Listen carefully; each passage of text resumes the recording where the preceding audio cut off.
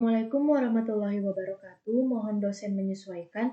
Izin memperkenalkan diri, Taruni Pertama Politeknik Imigrasi Angkatan ke-23, nama Hafiza Putri Alwi, NRT 2020.2037.2.02, Prodi Administrasi Keimigrasian B. Di sini saya akan menjelaskan mengenai Internet of Things khususnya di bidang keimigrasian. Untuk memenuhi mata kuliah pengantar Teknologi Informasi dan Komunikasi oleh Ibu Nurul Maharani Piranti. Yang pertama, pengertian dari Internet of Things.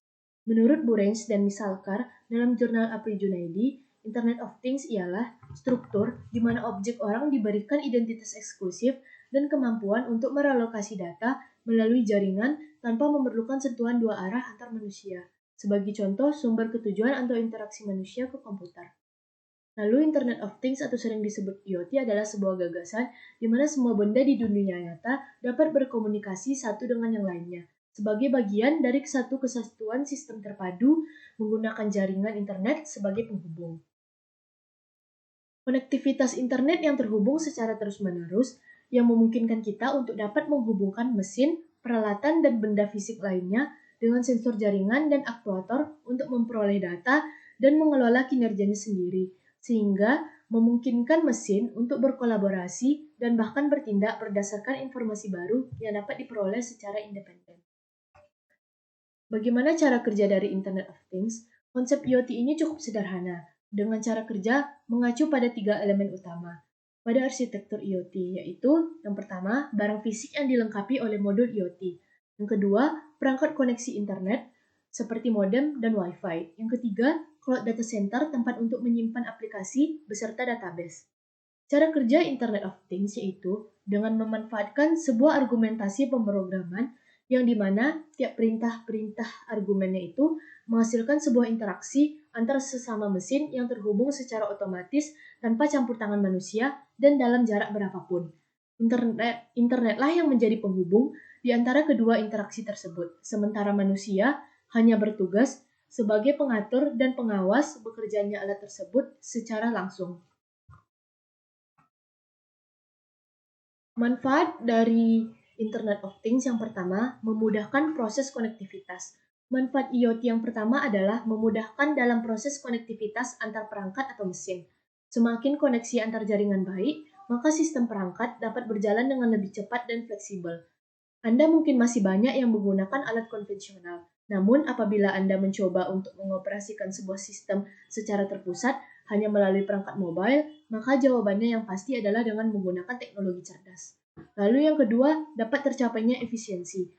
Manfaat Internet of Things yang kedua adalah tercapainya efisiensi kerja.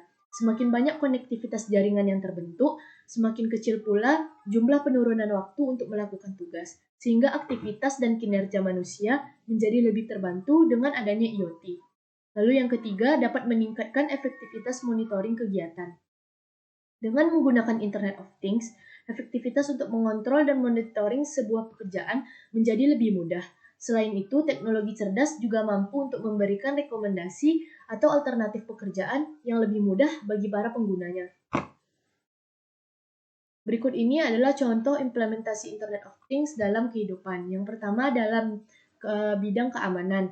Di sana dapat dilihat penggunaan kamera CCTV pada rumah dan dapat juga digunakan pada jalan dan gedung yang dapat langsung terhubung dengan perangkat mobile. Lalu yang kedua, ada implementasi IoT dalam bidang medis, yaitu dengan pemasangan sensor detak jantung dan sensor yang lain pada pasien yang terhubung ke ruang pusat kontrol untuk memonitor keadaan pasien secara otomatis dan memberikan peringatan jika terjadi hal buruk yang tidak diinginkan. Lalu yang ketiga, ada implementasi IoT dalam bidang rumah tangga.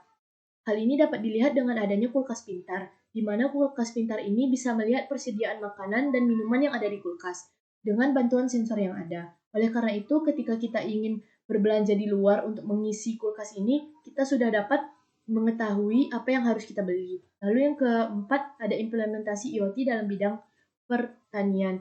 Dapat dilihat dari penyiraman otomatis, di mana memudahkan para petani untuk rutin melakukan penyiraman. Dengan cara kinerjanya yaitu menetapkan jadwal penyiraman dan menghubungkannya ke jaringan Wi-Fi. Lalu masuk kepada implementasi Internet of Things di bidang keimigrasian. Yang pertama ada pada aplikasi pelaporan orang asing atau yang disingkat dengan APOA. APOA merupakan aplikasi yang digunakan untuk melaporkan keberadaan orang asing yang berada di wilayah Indonesia pada saat mereka menginap di tempat penginapan atau bekerja di suatu perusahaan. Juga digunakan oleh individu untuk melaporkan keberadaan orang asing yang ada di sekitar mereka. Hal ini juga dapat dimanfaatkan oleh petugas imigrasi pada saat melakukan pengawasan terhadap orang asing. Lalu yang kedua ada aplikasi pendaftaran antrian paspor online atau yang disingkat dengan APAPO. APAPO merupakan aplikasi yang diluncurkan oleh Direktorat Jenderal Imigrasi guna meningkatkan pelayanan, yaitu dengan membuat sistem nomor antrian online, sehingga pemohon dapat menentukan jadwal mereka untuk datang ke kantor imigrasi untuk melanjutkan proses pembuatan paspor. APAPO juga merupakan bentuk implementasi dari Internet of Things hanya dengan cukup mendownload aplikasi ini melalui Play Store dan App Store atau dapat diakses melalui website antrian.imigrasi.go.id. Lalu yang ketiga ada Biometric Matching System atau disingkat dengan BMS. Merupakan alat yang digunakan untuk mencocokkan sidik jari pemohon paspor dengan data induk pada sistem teknologi informasi keimigrasian. Lalu yang terakhir ada tindak pidana perdagangan orang atau disingkat dengan TPPO.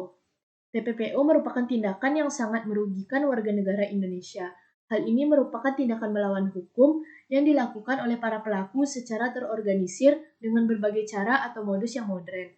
Melalui penggunaan teknologi yang handal dengan memanfaatkan big data berbasis Internet of Things, diyakini mampu mencegah dan memberantas tindak pidana perdagangan orang asing.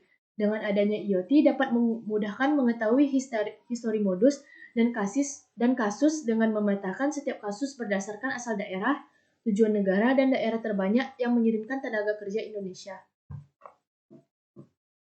Sekian yang dapat saya sampaikan. Mohon maaf bila terdapat kesalahan. Wabillahi taufiq wa hidayah. Assalamualaikum warahmatullahi wabarakatuh.